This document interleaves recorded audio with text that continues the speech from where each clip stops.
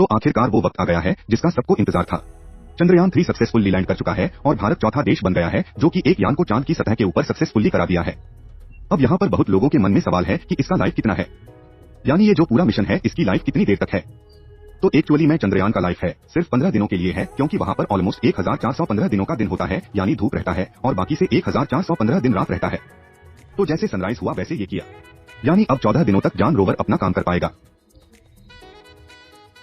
धूप जैसे कोई मिल गया, मैं जादू को धूप चाहिए था धूप, ऐसी प्रज्ञान रोवर पे बहुत सारे सोलर पैनल्स लगे हैं।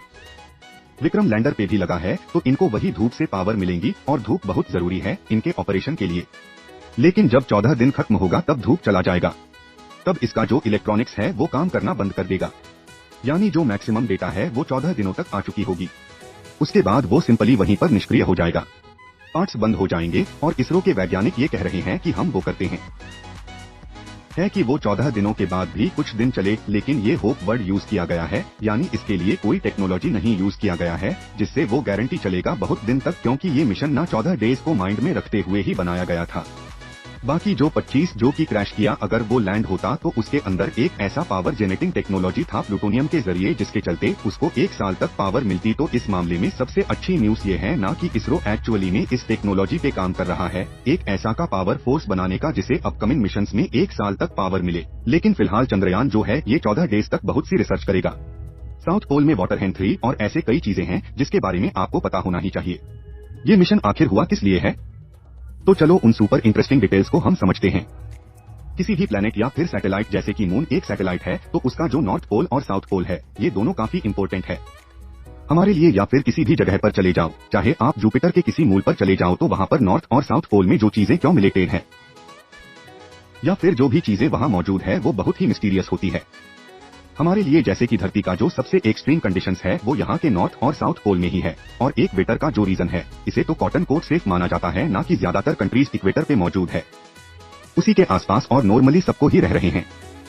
लेकिन जो एक्सट्रीम कंडीशंस है वो नॉर्थ और साउथ पोल में होता है। रिसर्चर्स के हिसाब से साउथ पोल में जो प्रिंस ऑफ वाटर आइस है वो बहुत मात्रा में है, और इसी के बारे में और डेटा धरती चाहता है।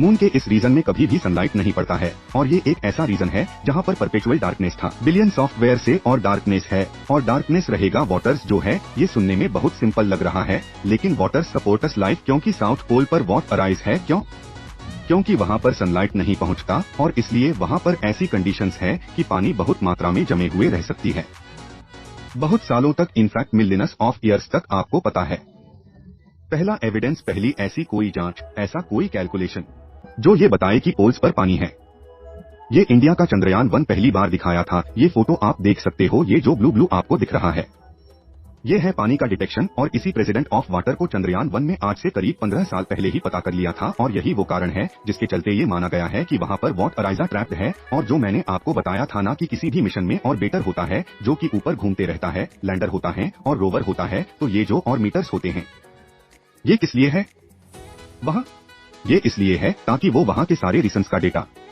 हमें भेज पाया, तो चाहे वो इंडिया का ऑर्बिटर हो या फिर बहुत सारे देश जिसका ऑर्बिटर अभी चांद पर लाइव घूम रहा है, तो उन्हीं ऑर्बिटर्स ने ये डेटा भेजा है। यूज जगह पर आइस वाटर ट्रैप्ड हो सकता है।